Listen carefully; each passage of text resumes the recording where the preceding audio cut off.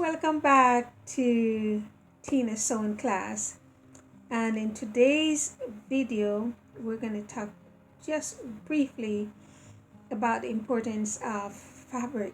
Go ahead, go to your local fabric store and start checking out the fabrics. Look at the different type of fabrics, the price that they have, feel the fabric. You get a feel of the texture of the fabric. There are many different types.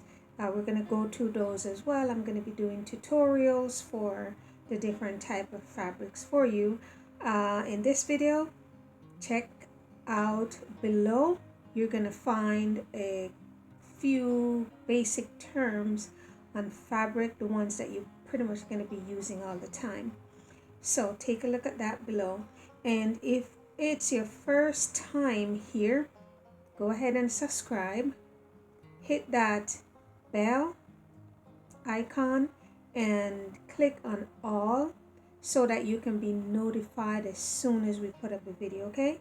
Also, guys, whenever you plan to do a sewing project, one of the first things that you're going to be thinking about is what type of a fabric am I going to be using? Very important, so you need to know your fabric. All right, go ahead and take a listen to this video. See you on the next one.